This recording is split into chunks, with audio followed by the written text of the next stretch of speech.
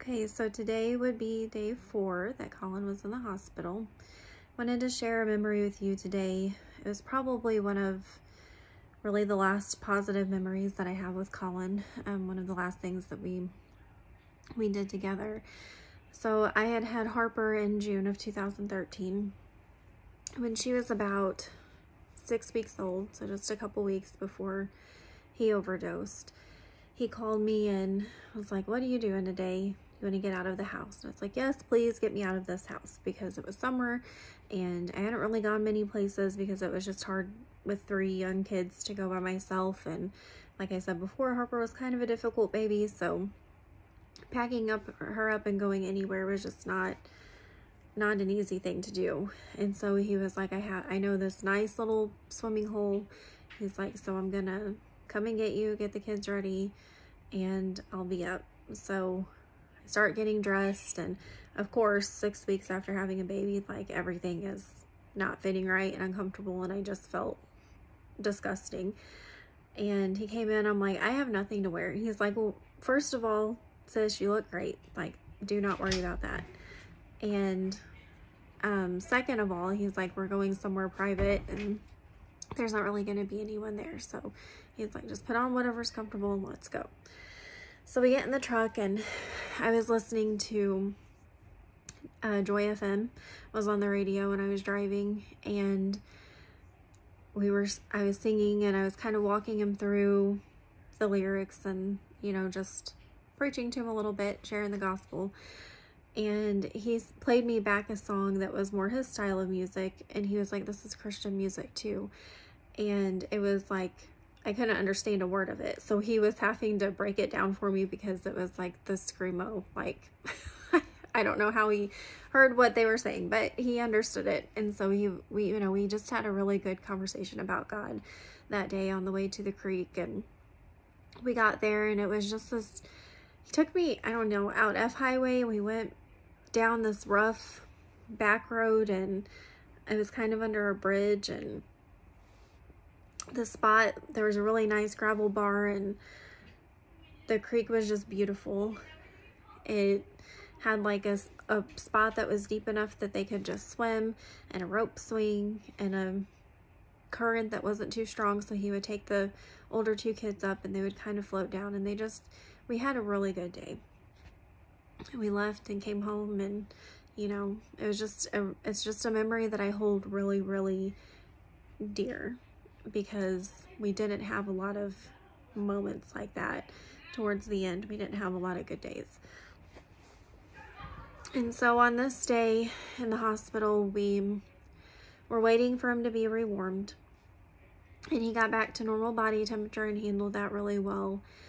And then they weaned off the sedatives, and they did a CAT scan on his brain. And so we waited all day for those results. People were in and out, and I think Jackson had gone home, and it was me and Mom and Kevin, Aaron and Raven, and Kyle and Kayla. We were all still at the hospital, and they finally got the results of the CAT scan back, and all my kids were there that night. And the nurse and the doctor came out and sat down with us, and we could just tell by the look on their face that it wasn't good news. And they started telling us how the CAT scan showed that his entire brain had swollen. We're like, "Okay, so what does that mean?" And they said, "Well, whatever is swollen is dead." And unfortunately, the majority, if not all, of his brain is very swollen. And so tomorrow, the doctors will be talking to you about whether or not to shut off the life support on him. And I will never forget the blow that was. I mean, it felt like someone just took the air out of my lungs, punched me in the gut, and I started like trying to go backwards, trying to regain time that I couldn't get back. I was remembering from when we were little, and when people say life your life flashes before your eyes when you die. I don't know if that's true, but I know that it does whenever you're about to lose someone that you love. And I just started replaying our entire lives. I watched my brother break down harder than I've ever seen in my entire life. And then we started calling people, and I'll never forget having to call my sister-in-law. I couldn't call my brother and my dad and telling them that we were going to have to make that decision tomorrow. And really, I mean, we had been watching him not live for 4 days. We knew this was probably the decision we were going to have to make, and we knew what it was probably going to be. But now being here was just mind-blowing. And so all the family we called, they would come in the next day. That night we went and stayed at a hotel that my mom had been staying in so that we could get up really early and be at the hospital early the next day.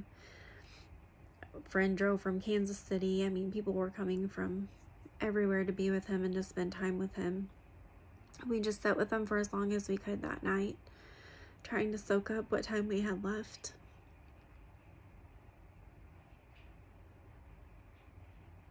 And trying to pray through the decision that was going to be coming. And I'll never forget the tiny hospital bathroom that I went in and just lost it in to try to regain some composure. And we left that night, and I just felt so lost and so broken and so alone. We went to the hotel, and I don't think I slept at all. I had 2 of my kids went home, and I just had Harper. I didn't want them all there the next day while we were going through that, decision-making process. And so that was really all that happened that day. It was a lot of waiting and then a really bad news. And again, we just sat with them and prayed and begged God to be with us in those moments because it was so very painful. And so this part is where, I would encourage you, if you know someone who's had to make a decision like this, to support them in it, whatever it is, because it is the hardest decision any human being could ever have to make. To be put in a position, do I remove life support or not?